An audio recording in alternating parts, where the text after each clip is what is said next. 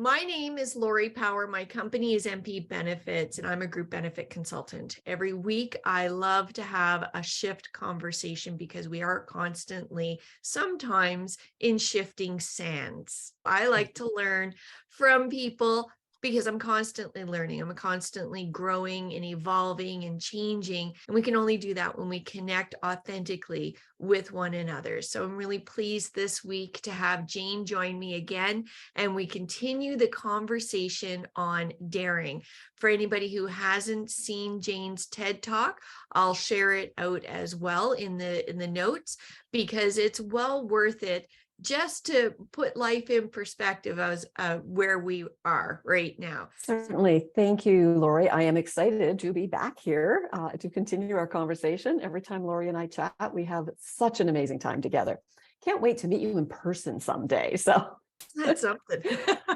and I want to say thank you, Laurel, for joining, because Laurel introduced me to Lori. So thank you for making this connection possible. All right. So I am Jayne Huhtanen. I am a business and executive coach and trainer, and I work with my clients to help them dare to build either the business or the career that they want. And that can be done in big ways, and it can be done in small ways. And last time we talked more about some of the bigger ways, some of the, the bigger things that people can do. But today we're going to also talk a little bit about what are some of the smaller ways that you can dare. And that is something that when I'm working with my clients, we talk about the little shifts, the little changes they can make, and the little steps in order to move themselves forward, as well as the big ones. And the little ones add up to the big ones. Well, you can't get to $1 without a penny, regardless of whether they decide to mint them or not. Can you take us through? I think it's a good spot to start the 5 steps. Let's start by a recap of the 5 steps on your program, and then we'll move into the conversation of taking those little steps to achieve the bigger goals. Yeah, perfect. And the model I have, the DARE model, those 5 steps, they do apply. You can apply this to big goals, whatever your big goal might be, writing a book, traveling, retiring at some very young age, whatever, but also the little goals. And so, for example, daring, it can be big things, can be little things. Recently, I have dared, it's like, I like having breakfast in bed, even if it's a bowl of cold cereal and a cup of tea. I get it. I go to bed. I go back into my bed. I eat it. I read my book for a few minutes, and then I get up and start my day. But that's daring. And I thought, oh, my husband and kids are going to think I'm so lazy. But it's like, no, it's what I need. It's how I need to start my day. Even on the days, Laurel, when we're on Cowie and we're up super early to be on a video call super early, I make sure I have that time. So in the context of daring to do something, putting yourself first, that's when I put myself first. So 5 steps. Number 1, dare to dream. Figure out what on earth is it you want. It might be a big thing. It might be a small thing, right? It might be, I want breakfast in bed every day. It might be, I want to do a 21K walkathon. I want to go to this amazing painting conference. I want to live in the moment, whatever it is. Dare to dream and figure out what it is you want.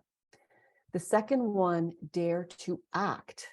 And so this involves developing a plan of action and then implementing that plan, because without taking action, you don't get anywhere, right? Many business owners fail in their business. They have great ideas and great dreams. They never execute anything, or they start, but they never finish. And so really needing to take action and move forward. And I have some examples as we continue talking. I'll be bringing some more examples for each of these, but I want to set the framework. Step 3, the R in dare to be relentless. So this is building yourself up so that you can keep going when you choose to keep going. So there's resilience and taking care of yourself. You are no good to anyone else if you're no good to yourself. So, Tracy, so good to hear that you're taking some steps to take care of yourself. Laurel, Corey, everyone, it's so good to hear when it's like, I'm going to take care of myself. Thinking about yourself as your most important client. If you have a meeting with your most important client, you don't cancel that meeting. So What is the mindset that you are your most important client? And when you carve out time for yourself, whether it's personal time, professional time, working on your business, reading a book, whatever it is you want to do, really protecting that time to be true to yourself. The next step, dare to embrace the unknown. So this is where you need to think about some contingency planning, be prepared that, ooh, stuff's going to go wrong, and have a, if this happens, then I'll do this. But if that happens, I can do this. And really feeling like you're prepared so that you can handle whatever life throws your way. And these all kind of tie together, right? There's part of that with planning, being relentless, building resilience helps with this. And the last one, dare to empower others. So this is ask for the help you need, rely on others, learn to delegate, outsource. People say, well, I can't afford to hire someone full time. So hire someone for a couple of hours a week to start, to help you with some of those tasks, the things that you're not so good at, and work your way up to having more and more support. And don't be afraid to say no when it's appropriate to say no. And starting to build the mindset of only do what only you can do. Right. And ultimately, other people do the rest. And this applies, and we'll give some examples, but this applies to everything that you might want to take on that's pushing the boundaries a bit. When you're talking, and I love it, because this is why you're back. It's such great conversation, necessary conversation. It makes me think sometimes those social judgment, or the perception of judgment, and you said it yourself, is one of those barriers that we have to leap over. I'll pick on you and charge it back to you and say breakfast in bed. One of the first things you said was, my husband, my kids are going to think I'm crazy, but I need it. Mm-hmm. You had to go over that barrier of expected judgment. Exactly. And we all bring what our family, our community, our society, we all bring certain expectations to the table. Or, when we jump out of bed every morning, there's a whole bunch of weight on our shoulders. This is the way I'm meant to be. These are the things I'm meant to do. And you need to figure out which of them are things that you truly believe in and you truly want to do, and which ones you might want to let go, and how can you dare to let go of those. Think about, okay, I want to let go of something that the dream is, I don't have to worry about that anymore. I don't have to behave in that way. Act, what's the plan? How am I going to make this happen? How am I going to start saying no, or how am I going to give this up? You work through the model. And I know, Lori, this is where I'm going to ask you to share, if that's okay. Share when there were some expectations of what was right for you to do in your business and what may not have been as right. And you broke the mold. What did you do? Well, you know what? I knew I needed to connect with people, and I knew what I needed, regardless of whether I could do it in person or virtual. I like conversation. I really, my heart is filled. My brain becomes clearer when I can authentically engage with other people in a conversation that I like to have. All incredibly selfish, but what I've learned in this journey was that a lot of people want to have this conversation, and those that don't, that's okay. Not everybody for everyone. And so, my dare is, despite people who say, well, why do you still do SHifT? Well, I do SHifT because it fills me up. It is something that I like doing on a weekly basis. And you've been running this now for quite some time. We're in the fourth season. And that's amazing, right? Like 4 seasons is amazing. And I join every time I can. I mean, I can't always make it, but I join when I can. And they are such amazing conversations, right? And choosing to do something because it fills your soul, it fills who you are. An example recently, I know someone who has chosen to make a radical shift in her business model. And I'm not going to, go into huge details, but her current business model was working for her clients, but not working for her. Right. And she feels badly. As she was sharing with people this shift, she was very emotional because she knew she might be letting some people down. But she had to make this change for herself, and it wasn't just a financial decision. There's so much more in it. So she dared to dream about, okay, I thought this was going to work, but it's not. What is going to work? She put a plan in place. She's taking action. She's going to implement it. She will make this work. And if it doesn't work, she'll shift again. Right? And that's what we have to do. I've been in business 10 years and I have shifted my offering. I have shifted who my ideal client is. I've tried different things. Some of them work, some of them don't work. But I keep moving forward and not afraid to invest in myself and do what I need to do to get what I ultimately want to get out of my business. I like what you said there, Nicole. There's always a reverse gear. We don't lose typically, we don't lose what we know. So if you take a chance, the worst thing that happens is it doesn't work, right? Talk to me about daring to fail.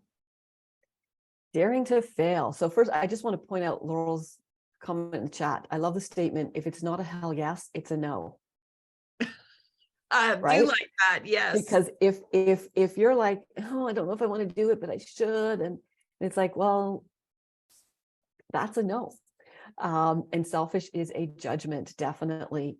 So daring to fail. The reality is we are going to fail. We're going to fail a lot in our lifetimes. And anytime you step outside the box, sometimes it'll work, sometimes it won't. Staying inside the box can also be failure because you're not growing, you're not living the life. You're right. Before we started the recording, we're talking a bit about living life in the moment and not waiting for someday to come, right? And so if you don't keep pushing and pushing and pushing and saying, I want to try this, I want to try that, you're not going to get there. And so that I see that as failure. I see not trying as failure. I see trying is successful even if you don't get the result you wanted, if you take some learning from it. And so you want to take calculated risk, right? You don't just want to, oh, I'm going to, invest $1 million. I don't have $1 million, but I'm going to sign up to invest $1 million in something. And you end up losing everything, right? But take calculated risk, figure out what you're comfortable with, and be prepared that sometimes it's not going to work out. So what is the contingency if it doesn't work out? And learn from that. And then you take another step and you dare again in a different way.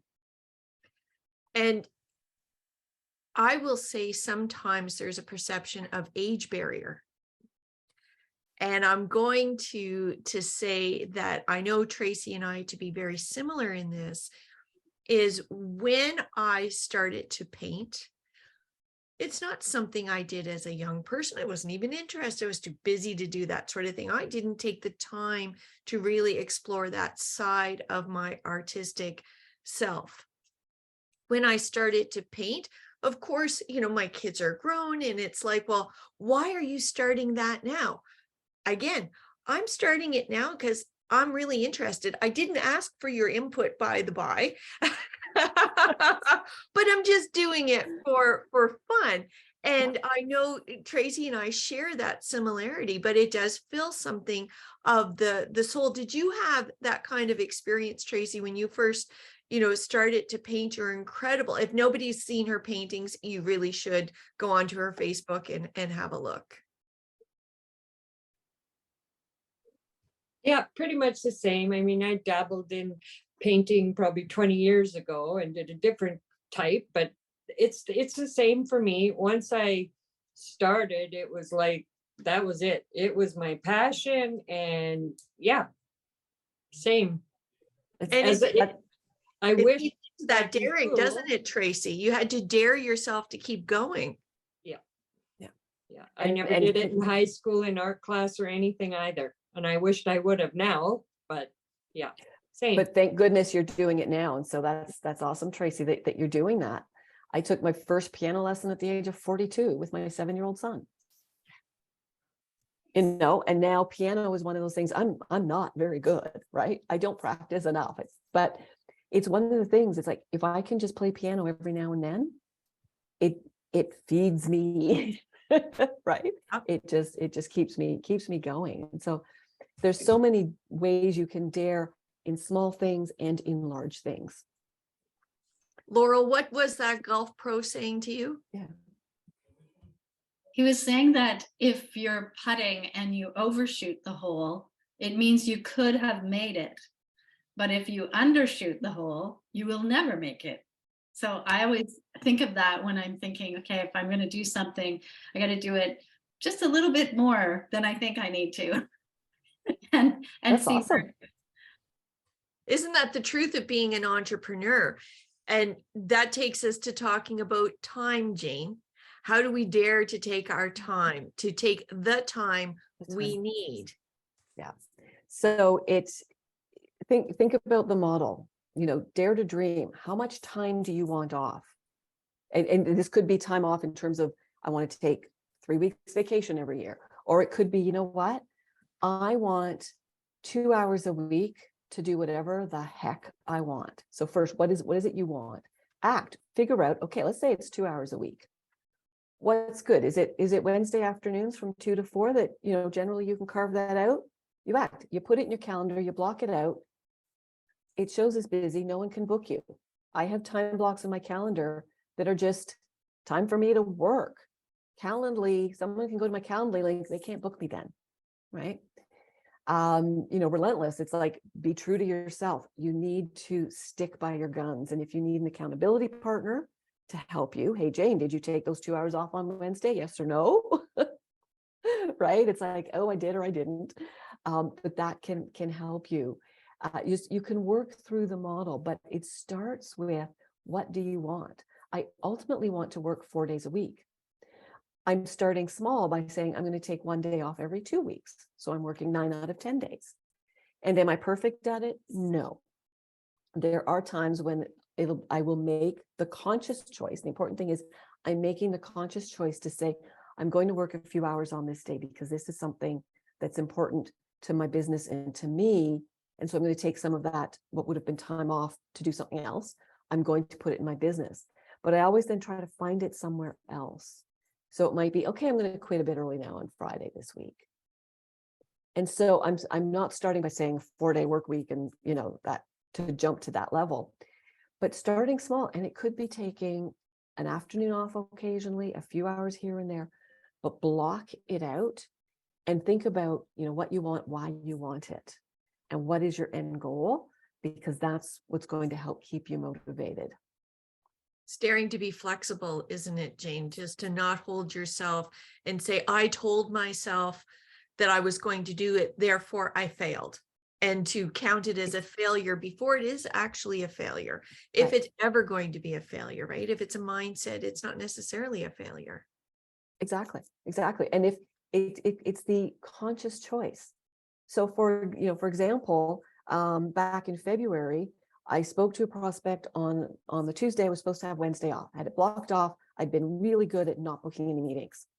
This prospect, it was a potential for a large training job, right? Contract.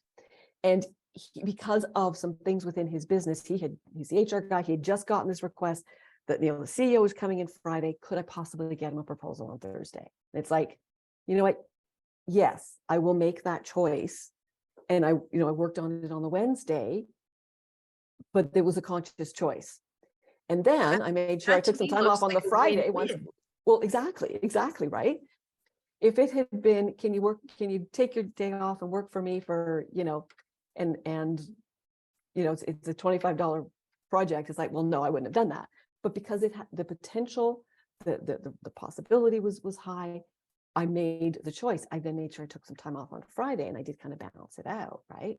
But it comes down to, you need to be the one in control of your calendar. And yes, there are going to be some things. There's always family demands and stuff that you have to do. But when you block out your calendar, put the personal stuff in first. Yeah. Put in your exercise, maybe you want to take a nap. Well, read a book, whatever it is, medical appointments, put those in first. and then build the professional stuff around, because the professional stuff will fill 24 hours, we all know, if we let it. Learn how to put up boundaries and stick with them. And if you need help from an accountability partner, get a friend, tell a friend you're trying to do this, and have regular conversations with a friend. It can be as simple as texting, you know, I'm going to take 2 hours off this afternoon, and your friend checks in, are you taking the time off? I like that. I like the thought of the accountability. I think it just builds socially, it builds people much better. I'm going to get to you, Nicole, in just 1 second, but I read something recently, and it might have come from you, Jayne. I'm not quite sure, because you put out such great content, but it made me, another just cementing to think, right? How you're thinking about these darings and the to-do list, you know, the have to do, the want to do, the things I'm doing because other people have the shoulda, woulda, coulda do, right? Think about that. Go ahead, Nicole. Thank you, Lori. Nice to see everyone. Apologies for being late. I obviously need some discussion around time management, which is why I'm here. Happy to talk with you offline. I have a very full schedule, as some of you know, and love doing all kinds of things. I'm wondering, Jayne, if you have a quick tip for how to consider when I say the current me says yes to something that the future me gets annoyed about. Ooh. In other words, I want to say yes, I'm in at 100%, Yeah. but when the time comes for when I do have to do what it is that I've been asked for, the amount of resources that it takes to get there, I'm not fully computing. And then there's a bit of a resentment going on that, oh shoot, I probably shouldn't have committed to this. So you got swept up in the excitement of, oh, I can contribute to something without thinking through the details. So, Yeah, so current one me thing, versus future me. right. So one thing is, before you say yes to anything, get in the habit of always saying, can I get back to you on that tomorrow? And then carving out some time to sit, and it might be a 5-minute exercise, it might be a bit longer, but before you say yes or no, to sit down and say, okay, what are they really asking? What have I really been asked to do? And you might, you know, whether you like to flip chart or write on paper or, you know, journal, what will it look like? Project yourself to that future you. Okay. So the future Nicole is now sitting at this board meeting and discovering, oh, this is way more work than I thought it was going to be, for example, right? And say, okay, who can I talk to? If I don't fully understand what I'm saying yes to, is there someone I can talk to? I need more information. I need more information to really help you because you have to map that out. And it's learning, take a deep breath, put the emotion, the excitement aside. And we've all done this. Oh, that sounds so wonderful. And then you go, what did I just commit to? Right. But it starts with practicing with, can I get back to you? I need to think about this. Okay. Hopefully that helps. Go ahead, Laurel. I just love to share, because that's perfect, Jayne. I just love to share the story that comes from a book called Peaks and Valleys. And at the end of the book, he shares a story that maybe you can relate to and think of when these moments come, Nicole, or I do. And that is when the dog sees the car going down the street and he says, that's great, I'm going to chase the car and I'm going to catch up to the car, and look, I'm caught up to the car. And then he tries to take a bite of the tire and underneath the car. So yeah, That's a bad story, Laurel. That's not a happy ending story. but it's the way we get pulled into the excitement. Yes. Without realizing exactly what Jayne is saying, like realizing what we've committed to. So sometimes what has done for me is I go to my future self and I say, what needs to be true for me in the future to accept this now? And sometimes that's where I can put the boundaries in when I accept. So just kind of the two bookends of what Jayne was saying. Another option. That's a really, really good question, Laurel. Thank you for sharing that. Just like, yeah, what would need to be true? Because you need to map out, well, what is this really going to look like? Right? And think about, okay, when was the last time I said yes and regretted it? What was that situation? Right? And is this similar to that? So make sure you're looking back and learning as well. In my version, just so you know, Laurel, the dog might take a bite out of the tire and the car stops. It's okay. The dog gets away and says, I'm going to change my tactic for another time. But that is a fantastic example, right? Like, I love that you brought that up, Nicole.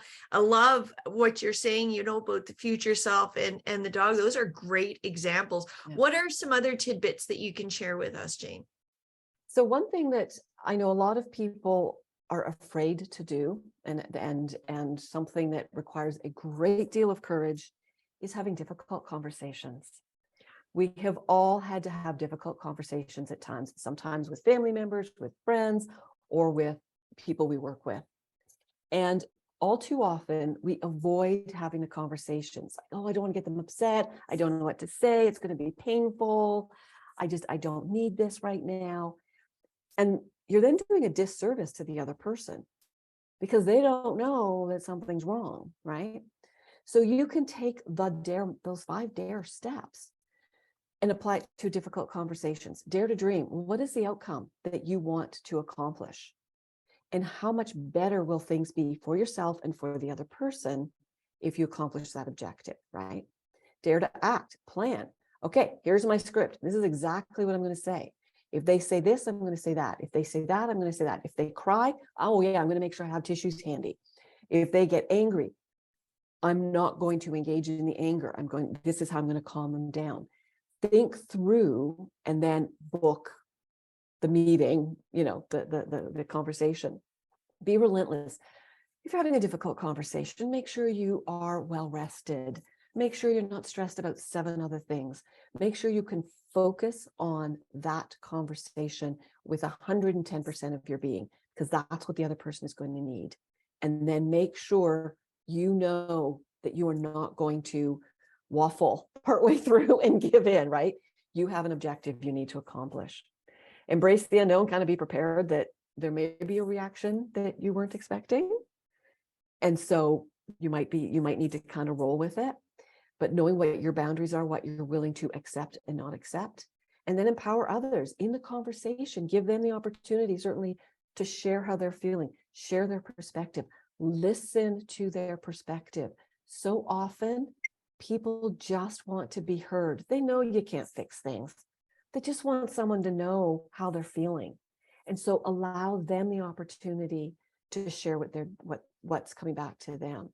And an example is, talking to someone yesterday, and he had to have a conversation with someone who was always showing up late for work. He does customer service. He needs to be online on time. And so the possible outcome is you have the conversation and the person starts showing up on time. Awesome. Or it might be appropriate for the person to move on to another job where they would be a better fit. Those are both good outcomes. You have the conversation, you manage the emotions, right? You build your emotional intelligence, you can manage the situation. And ultimately, they had a good conversation. The person understood the importance of not being late and is going to try, and they've got the plan in place. But it's really important to have those conversations, and it feels so good when they're done. I want to share one last thing as we come close to time. And I had met a family on a kayaking trip in the summer of 2016. I was down on the island just off of Campbell River.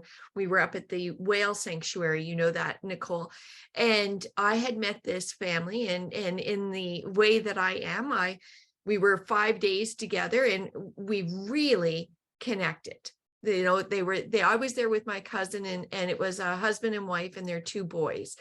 And we had so much fun out on this rock kayaking. It was cold as all get out, but it was a lot of fun. And since that time, the lady and I have kept, we've almost become pen pals, so to speak. You know, we go back and forth maybe once a month or so with an email. Oh, how are things going? And I had made a commitment in that year that I was going to go and see her in the UK. And we talk about doing things for your future self. And of course, I you know, it's time and money, patience and practice, right? And getting there.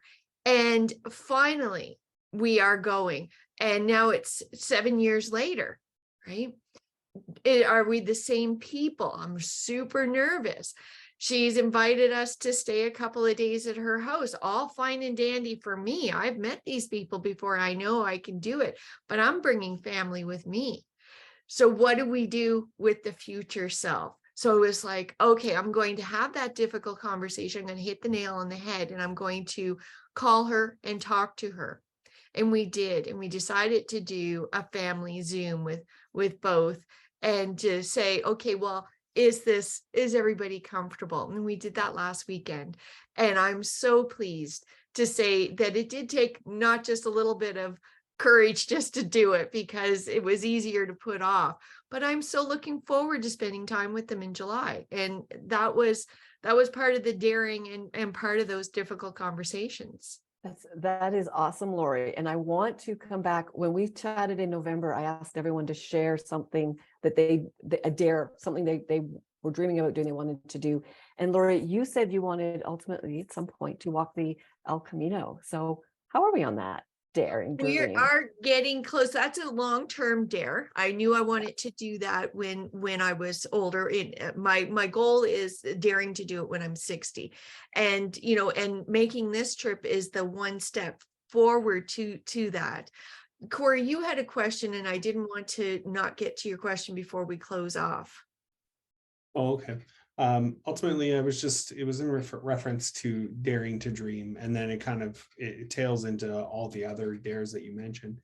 But I think that, you know, as leaders, we need to dare to have dare to dream of that difficult conversation, and because ultimately, if we're comfortable with that difficult conversation, regardless of the outcome, we're okay with it, right? I don't. That's how I've started to view it in my conversations, because Lori and I and Nicole all are in the same sphere of work, and there's oftentimes that businesses unknowingly are putting, or sometimes knowingly, putting themselves and our practices at a risk financially, and so.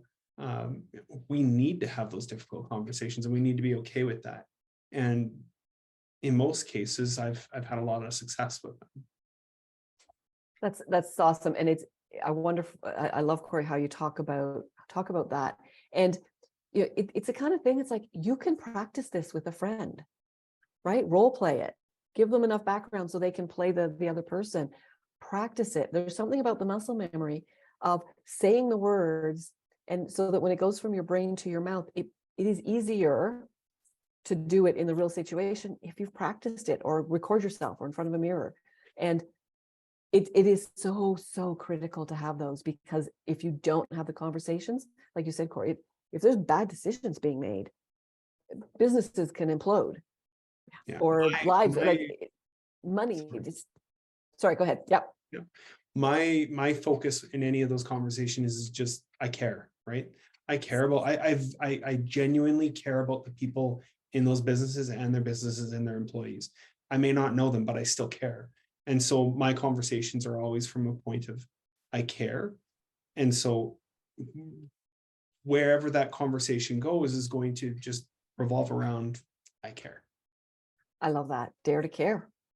Like that too. Right? That's a good note to end on. And there's so much value to that. There's professional value to that. So, you know, dare to understand your professional value. Now, you know, this is not the end, Jayne. We have to continue to have these conversations. So awesome. Next time we will continue to see where we are progressing. Are we taking the time? Are we still having breakfast in bed? And and continue it. But thank you so much for everybody for coming in and daring to share, because it takes courage to share these conversations. And I really, really appreciate it. So thanks for helping me grow as a human being, and I'll see you next time.